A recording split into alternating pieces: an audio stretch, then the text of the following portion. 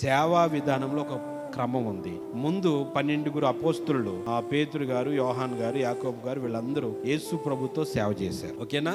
యేసు ప్రభుతో సేవ చేశారు. యేసు ప్రభుల వారు సేవ చేశారు. తన ఇష్ట ప్రకారం సేవ చేశాడా? దేవుని ఇష్ట ప్రకారం సేవ చేశాడా?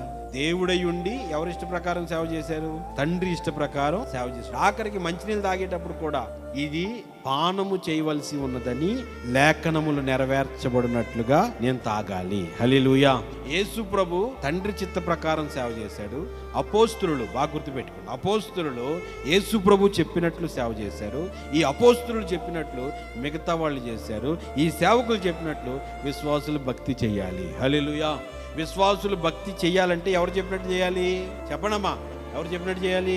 సేవకులు చెప్పినట్లు చేయాలి. చెయ్యకపోతే రేపొద్దున మీరు కిరీటాన్ని పొందుకోలేదు. నియమం ఇది, అంతే. పాస్టర్ గారు చెప్పినట్టు చేయాల్సిందే, సేవకుడు చెప్పినట్టు చేయాల్సిందే. నువ్వు ఈ సంఘంలో ఉన్నావు కాబట్టి సేవకులు చెప్పినట్టు చెయ్యాలి. చేస్తే నీ భక్తి అనేది సంపూర్ణ సిద్ధి కలుగుతుంది. హల్లెలూయా.